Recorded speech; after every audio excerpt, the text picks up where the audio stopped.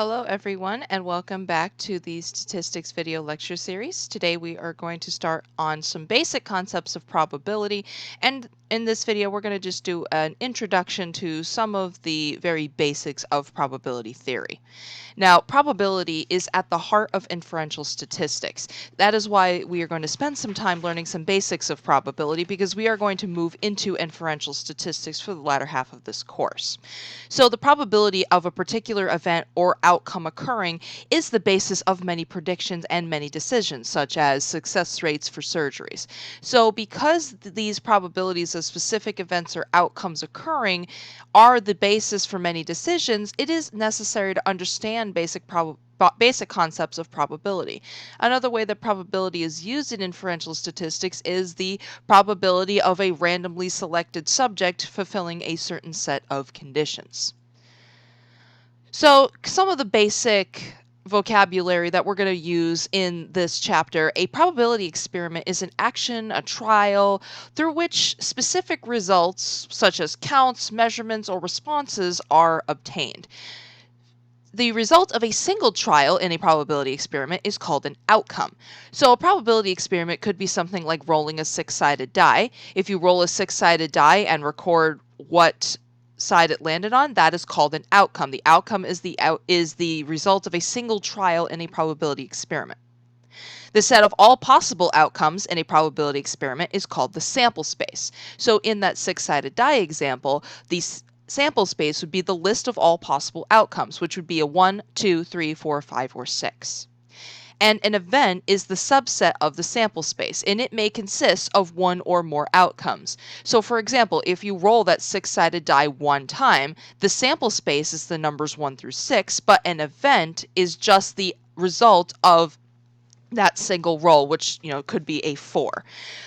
An event could also be multiple rolls. So let's say that you roll a six-sided die 3 times and you get the numbers 1, 4, and 5. 1, 4, and 5 then would be the event. And the event is a subset of the sample space, and it is one or more outcomes. Now, a tree diagram is a visual display of outcomes in a probability experiment. And what it does is it visualizes sample spaces using branches that originate from a starting point. And what tree diagrams are used for is to find the number of possible outcomes in a sample space, as well as identify all of the individual possible outcomes. So let's say that a probability experiment consists of tossing a coin and then rolling a six-sided die. And what we're going to do is we're going to determine the number of possible outcomes for that probability experiment, and we're going to identify the sample space. So the first thing that we're doing is we're tossing a coin and then rolling a six-sided die. So the first thing that I'm going to do is I'm going to do the coin experiment. The coin experiment has two possible outcomes. You could either flip heads, which I'm going to denote as H, or you could flip tails, which I'm going to denote as T. Now let's say that you flipped the coin and flipped heads. Then immediately after flipping the coin, you roll a six-sided die. A six-sided die has 6 possible outcomes: a 1, a 2, a 3, a 4, a 5, or a 6. Then let's say that you toss that coin and you flipped tails. So if you roll that six-sided die again, you can get the numbers 1, 2, you could get a 3, you could roll a 4, you could roll a 5, or you could roll a 6. So what these branches all represent are all the different possible paths that this probability experiment can take. So now what we're going to do is we're going to list all of the possible outcomes, and then we're going to count them up. The list of all possible outcomes in a probability experiment is called the sample space. So let's say that you flipped heads and then you rolled a 1. I'm going to denote that outcome in shorthand as H1 to represent flipping heads and rolling a 1. Another possible outcome of this experiment is flipping a heads and rolling 2. So I'm going to denote that as H2. You could also flip heads and roll a 3, which is H3. Flipping heads and rolling a 4, H5, or H6. Another possible outcome is that you flip tails and then you roll a 1. So I'm going to denote that outcome as T1 for flipping tails and rolling a 1. You could also flip tails and roll a 2, tails and rolling a 3, tails and 4, tails and 5, and tails and 6. So then, if you count these up, there are 12 possible outcomes. So in total, there are 12 possible outcomes, and as we're going to see later, the number of possible outcomes in the sample space is the denominator of most probabilities, since probabilities are a fraction.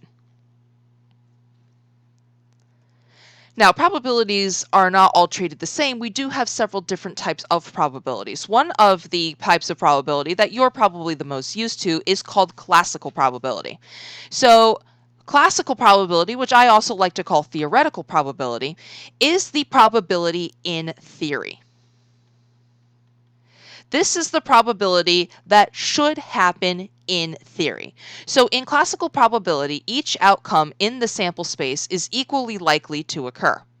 And classical probability of an event E is given by this fraction. So this notation right here, this P of E, this just means the probability of the event E occurring.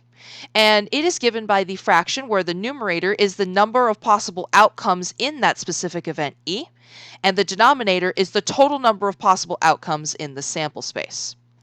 So the classical probability is the one that you should get in theory.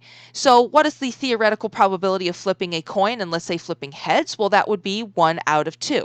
Flipping heads would be one possible outcome in the event divided by 2 possible outcomes in the sample space. You could also represent probability as a decimal. You can also represent it as 0.5 or 0.50, which is 1/2 as a decimal. Probability can also be represented as a percent. So you can say that the probability of flipping heads is 50%.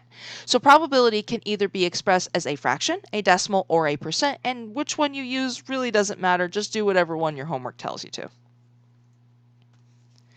So let's say that you roll a 6-sided die. We're going to find the probability of each of these events. So for number 1, event A is the probability of rolling a 3. So on a 6-sided die, there is only one side that has a 3 on it. So the probability of rolling a 3, which I'm going to denote as P of 3, is going to be that one singular outcome in the event, because there's only one side of that die that has a 3 on it. And then we're going to divide it by the total number of outcomes in the sample space. This die has only 6 sides, so the total number of outcomes in the sample space is 6, and that is going in the denominator. So the probability of rolling a 3 is 1 out of 6. You could also turn it into a decimal if you wish. Doesn't really matter. So for event B, we have the probability of rolling a 7. So on a 6-sided die, the sides are numbered 1 through 6. Are there any sides on a 6-sided die that have a 7 on it? No. The number 7 does not occur on a 6-sided die. So this is an impossible event. It just doesn't exist. 7 is not in the sample space. Because 7 is not in the sample space, the number of outcomes in the event is 0 divided by the total number of outcomes in the sample space, 6, which is a probability of 0. A probability of truly 0 would be an event that is not possible. The only way that an event is not possible is if it's not in the sample space, such as rolling a 7 on a 6-sided die. And then for number 3, where event C is we are rolling a number less than 5. So we're finding the probability of rolling a number that is less than 5. So on a D6, sorry, that's my D&D nerd talking. On a 6-sided die, out of the 6 possible outcomes, how many of those numbers are less than 5? Not less than or equal to 5, just less than 5. So on a D6, we have 6-sided die, we have the numbers 1, 2, 3, and 4, which are all less than 5. So on a 6-sided die, 4 of those sides have a number that is less than 5. So the probability of rolling a number less than 5 is 4 outcomes in the event out of 6 total possible outcomes, which if you want to either reduce it to 2/3 or turn it into a decimal, whichever, It's 4 out of 6 or 2 out of 3. Now, classical probability is the probability that you should get in theory. If you were to actually do these probability experiments, if you were to actually flip a coin a whole bunch of times, if you were to roll a 6-sided die a whole bunch of times, you might not get exactly what you should get in theory. So the empirical or subjective probability is the probability in practice. So while classical probability is what you should get in theory, the empirical probability is what actually happens. So an empirical probability is this type of probability is based on observations that are obtained from actually performing probability experiments. Let's say you flip a coin 100 times. You may not get exactly 50 heads and exactly 50 tails, but your empirical probability would be calculated based on the frequency of the event divided by the total frequency. So again, in empirical probability, the probability of event E occurring is basically it's the relative frequency of the event. So to find empirical probability, it's a fraction. In the numerator, we have the frequency of the specific event. How many times did that specific event occur? And then you're going to divide it by the total frequency, which is F over N. So let's say that you flipped that coin 100 times and you only came up with 46 heads. So the probability of flipping heads in empirical probability would be 46 heads divided by 100 total flips. Now, another type of probability that we technically have is called subjective probability. Subjective probability, these results are gained from either intuition, educated guesses, estimates. So for example, you might guess that you have a 70% chance of getting an A in your statistics class. That's not really based on anything except a gut feeling or an educated guess, so that is called subjective probability. So this is an example of empirical probability in action. Empirical probability is probability that is based on observations or results of some sort of probability experiments or surveys. So let's say that a company is conducting an online survey of randomly selected individuals to determine how often they recycle. So far, 2,451 people have been surveyed. So this is our total. The frequency distribution shows the results. So 1,054 people said that they always recycle, 613 said they often recycle, 417 say they sometimes recycle, and you get the idea. And we're going to find the probability that the next person surveyed always recycles. So because this probability is based on the results of a survey, this is empirical probability. This probability that we are about to calculate is based on the results of an experiment or survey. So it is going to be given by the frequency of the specific event E divided by the total frequency. The total frequency is this 2,451, so that is going to be the denominator of our fraction. So the probability that the next randomly selected person always recycles is going to be the frequency of the specific event. So what was the frequency of people that said that they always recycle? That was 1,054. And then we're going to divide it by the total number of outcomes, the total number of people that have been surveyed, which is 2,451. And yeah, you can leave it like that if you want, or you can turn it into a decimal, or you could turn it into a percent. You could say that there's a 43% chance that the next person surveyed always recycles.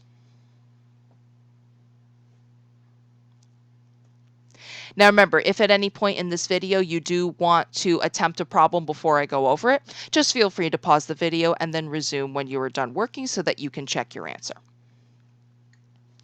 So let's say that a company is conducting a phone survey of randomly selected individuals to determine the ages of social networking site users. So far, 975 social networking site users have been surveyed, so that's our total frequency.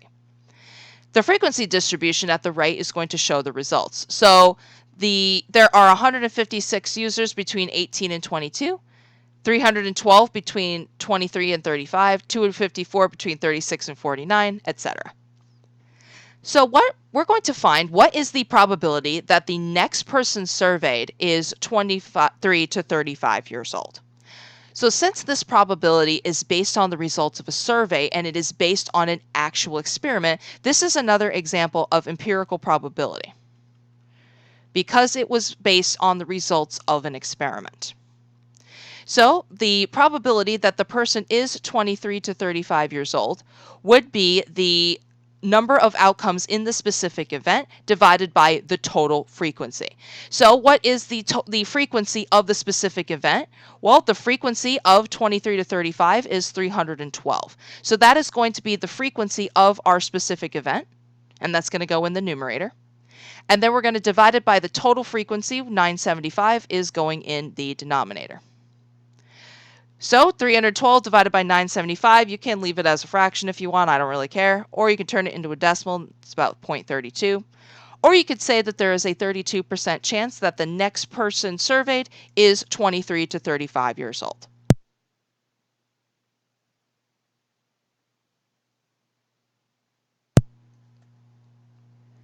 So what we're going to do for these next three examples is we're going to determine whether these are examples of classical probability, empirical probability, or subjective probability. Remember, empirical probability is the one that you get in practice. It is based on the results of observations, experiments, and things like that. Classical probability is the probability in theory where all possible outcomes have an equal chance of occurring. All right, so then for number one, the probability that you will get on an A on the next test is 0.9. So the probability of you getting an A on your next exam you think is about 90%. That is subjective probability.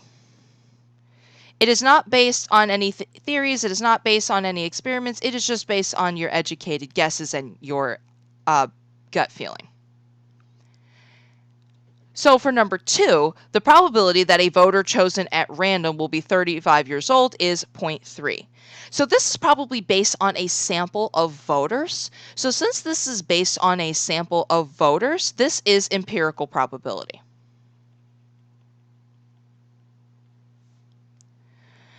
For number three, the probability of winning a 1,000-ticket raffle with one ticket is 1 out of 1,000. So this is the theoretical probability where every single ticket has an equally likely chance of occurring. So that each outcome is equally likely to occur. Each ticket is equally likely to occur, and this is the theoretical probability of winning. So this is an example of classical probability.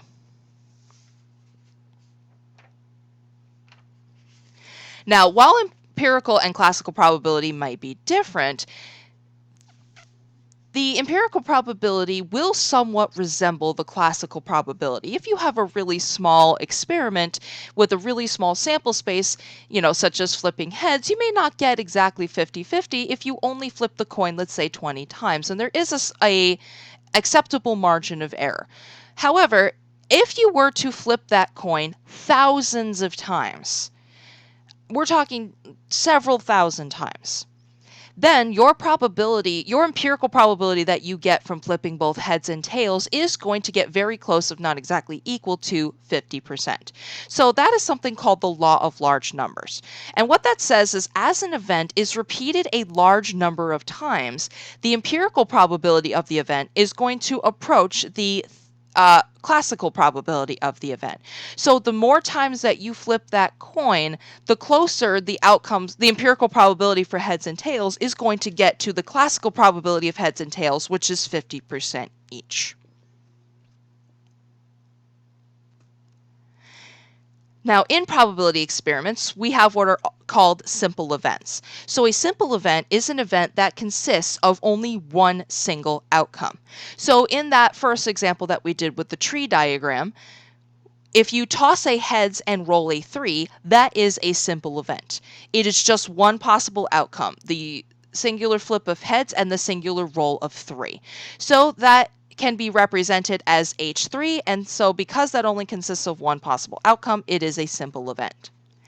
Now, tossing a heads and rolling an even number is not a simple event, because in that experiment, there are 3 possible outcomes. You could flip a heads and roll 2, heads and 4, heads and 6. So tossing a heads and rolling an even number is not a simple event because it consists of 3 outcomes. So what we're going to do for these two is we're going to determine whether the event is simple or not simple. So for quality control, you randomly select a machine part from a batch that has been manufactured that day. Event A is selecting a specific defective machine part. So event A is you randomly selecting that one singular specific defective part. That consists of only one outcome. It's the outcome of selecting a specific part that's defective. So because that event consists of only one single outcome, it is a simple event. Now let's say that you roll a 6-sided die. Event B is rolling at least a 4. So at least is a really common mathematical statement that means greater than or equal to. So that might be worth writing down somewhere. You're going to see this one a lot. At least in math translates to greater than or equal to. So the probability of rolling a number that is greater than or equal to 4 on a d6 would be, you could roll the 4, you could roll a 5, or you could roll the 6. So all of the numbers on a 6-sided die that are greater than or equal to 4 are 4, 5, and 6. There are 3 outcomes in this event, so because there are 3 outcomes in this event, it is not a simple event, because there are clearly more than one outcome.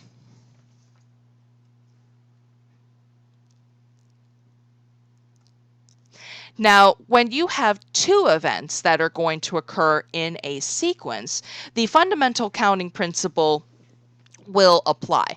So let's say that one event can occur m number of ways, and a second event can occur n number of ways.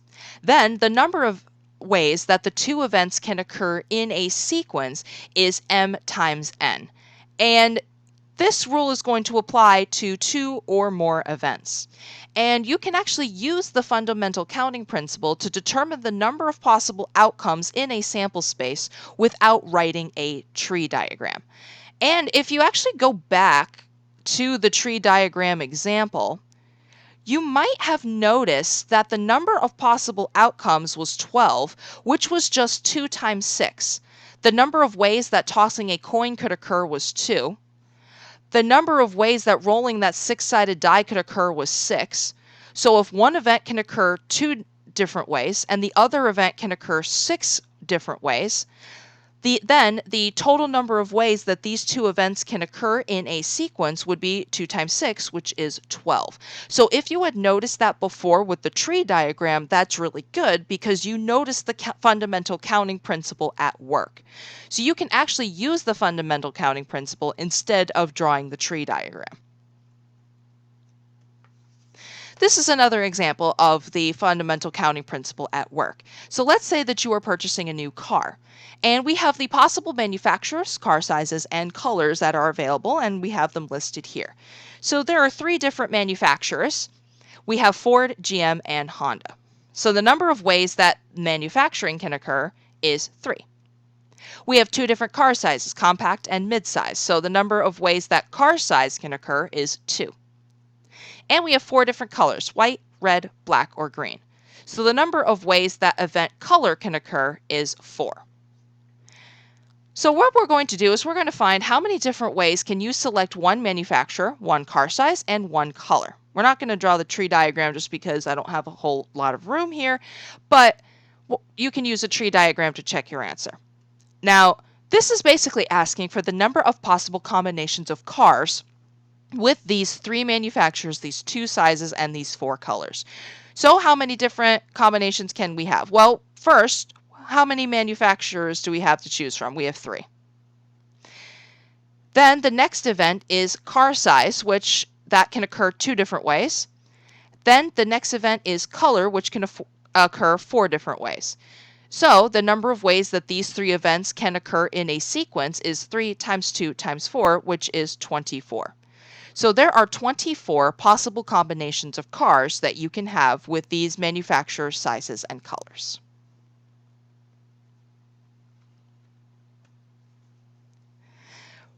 For this next one, The access code for a car security system consists of 4 digits. Each digit can be any number between 0 and 9. So in each of these digits, we can have any number between 0 and 9. And we're going to figure out how many access codes are possible under a whole bunch of conditions. So for number 1, how many different access codes are possible if each digit can be used only once and there are no repeats allowed? So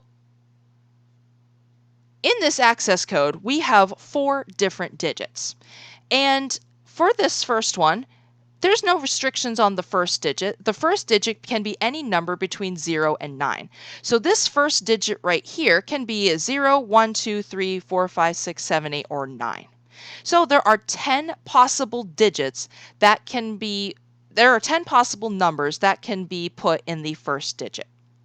However, if each digit can be used only once and not repeated, then whatever number went in the first digit cannot be repeated for the second digit.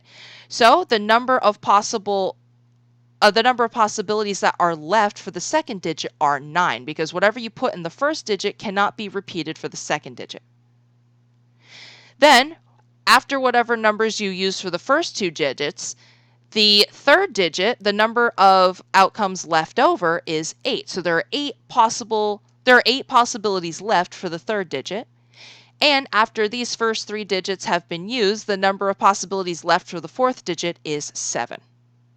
So if the first digit can occur 10 number of ways, the second digit 9, third digit 8, and fourth digit 7, then the number of ways that these 4 digits can occur in a sequence, you just multiply them all together.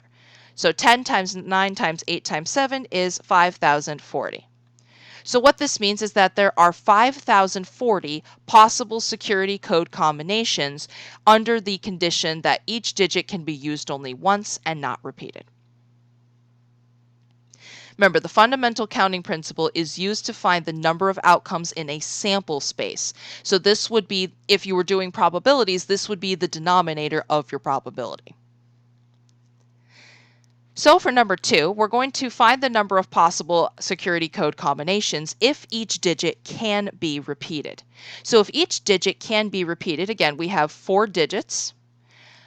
There are 10 possible numbers that you can put in the first digit. And if each digit can be repeated, then there's absolutely no restrictions on the second digit, the third digit, or the fourth digit.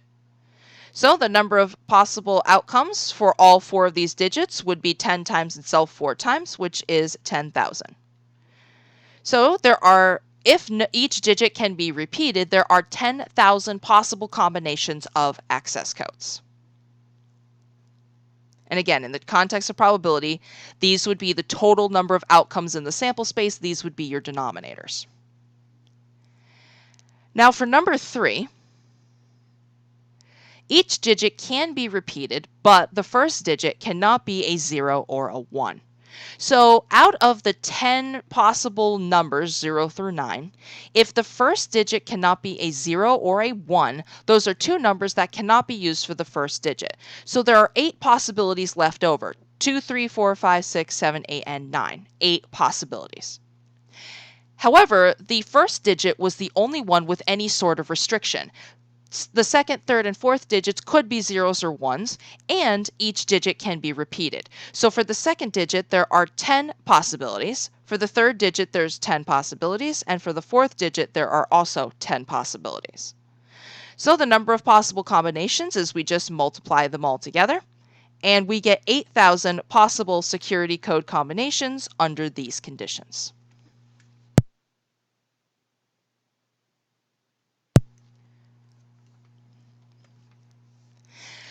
So this is how you would actually use the fundamental counting principle in the context of probability.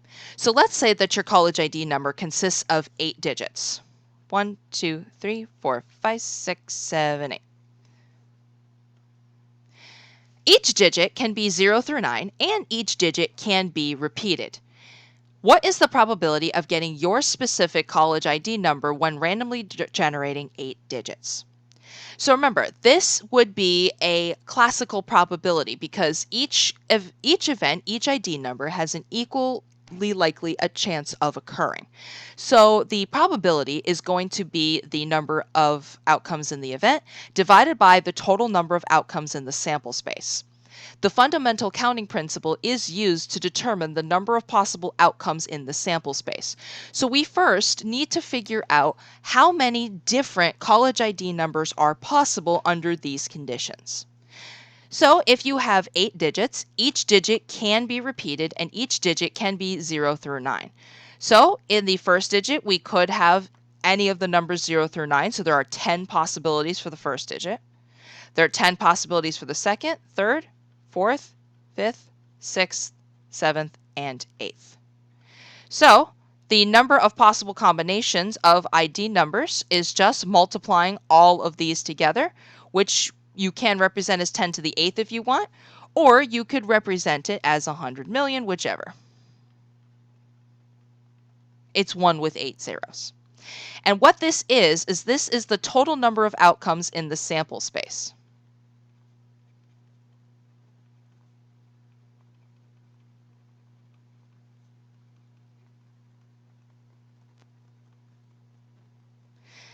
Now, to find the probability, we're going to take this total number of outcomes in the sample space, and this is going to be the denominator of our fraction. So the probability of randomly generating 8 digits and getting your specific ID number is going to be, out of that, 100 million possibilities, or 10 to the 8th, how many ID numbers does one student usually have? 1. So the probability of randomly selecting your one specific college ID number would be 1 over 10 to the 8th, or 1 out of 100 million. And if you were to actually do this on a graphing calculator, you would find that it is a decimal that is so small that your calculator wrote it in scientific notation. So if you see this is not an error message on your calculator. Please don't email me saying I got an error message. No, if you see this on your calculator in the context of a number, it is scientific notation. It just means times 10 to whatever power. So this is a really, really, really small decimal, really close to 0. So small that it wrote it in scientific notation. However, is it impossible? It is not impossible. The only way that you can have a probability be truly 0 is if it is truly impossible. So while this probability is pretty close to impossible, and we're going to say, for practical purposes, probably pretty impossible, in theory, it is not truly impossible. The only way that something is truly impossible is if it is not in the sample space, like rolling a 7 on a 6-sided die. So probability is always going to be some sort of fraction or decimal. And that fraction or decimal is going to always be between 0 and 1 inclusive. So the probability of any event is always going to be a fraction or decimal between 0 and 1. And what inclusive means is that probability could be 0 and probability could be 1. Now, probability cannot be greater than 1 and it cannot be negative. So when the event has a probability of 1, that means it is certain or guaranteed to occur. If the probability is 0, the event is impossible. So an even chance would be 0.5. And on this scale, we have over here an impossible event would have a probability of exactly 0. And then over here, the probability of an event that is certain, guaranteed, is 1. So the closer that a probability gets to 0, the more unlikely the probability, the more unlikely the event. The closer that the probability gets to 1, the higher the probability and the more likely the event is. Now, the sum of all the probabilities in a sample space is 1. So if you were to take all of the probabilities in a sample space as fractions or decimals and add them all together, you would get 1. If you were adding them as percents, you would get 100%. So 100% as a decimal is 1. Now, events have what are called complements. So the complement of an event E is the set of all outcomes in the sample space that are not included in event E. And the complement of event E is denoted in shorthand by this notation here, and this is read as E prime. That's how you read that little apostrophe mark. It is read as E prime. So for example, let's say that you roll a 6-sided die. Event E is going to be the event, the number is at least 5. So event E would be the number is at least 5. Remember, at least translated into math is greater than or equal to. So on a 6-sided die, what are the sides that read greater than or equal to 5? Well, event E would be 5 and 6. What is the complement of event E? So if event E is the sides 5 and 6, the complement of that event is the exact opposite. So the complement of event E, which I'm going to denote as E prime, is all of the possible outcomes in the sample space that are not included in event E. So on the 6-sided die, what are all of the other sides that do not read 5 or 6? Those are 1, 2, 3, and 4. So the opposite of at least 5 would be E prime, which is sides 1, 2, 3, and 4. Now, if you take a look between the two of these, you'll notice that between the two of these put together, you have the total sample space. So event E and its complement put together would be all 6 sides of the 6-sided die, and that should happen. So what this means, and this is actually really important, is that the probability of event E plus the probability of event E's complement always adds up to 1. So the probability of rolling at least a 5 and the probability of its complement will always add up to 1. So what this means is that you can also take this statement and you can use it to express the probability of E in terms of the probability of its complement. So if you take the probability of event E plus the probability of the event's complement, E prime, it always adds up to 1. If you were to subtract P of E prime from both sides, you would get that the probability of event E is equal to 1 minus the probability of E prime. So the probability of event E is 1 minus the probability of its complement. Now you can also do the same thing, take probability of E plus probability of E prime equals 1. And you can use it to express P of E prime in terms of P of E. So if you were to subtract P of E from both sides, you would get the probability of an event's complement is equal to 1 minus the probability of that event. So the probability of an event's complement, E prime, is 1 minus the probability of the original event, E. So this is an example of a context where you would use something like that. So this is the same frequency distribution that we saw a little while ago. This gave the ages of social networking site users and the frequency that was in that survey. So 156 people were 18 to 22. So we're going to find the probability of randomly selecting a social networking site user who is not in the 23 to 35 age bracket. So if you might remember, though, we actually did this a while ago. We actually, a little while ago, found the probability that the randomly selected person was 23 to 35 years old. That was 312 divided by 975.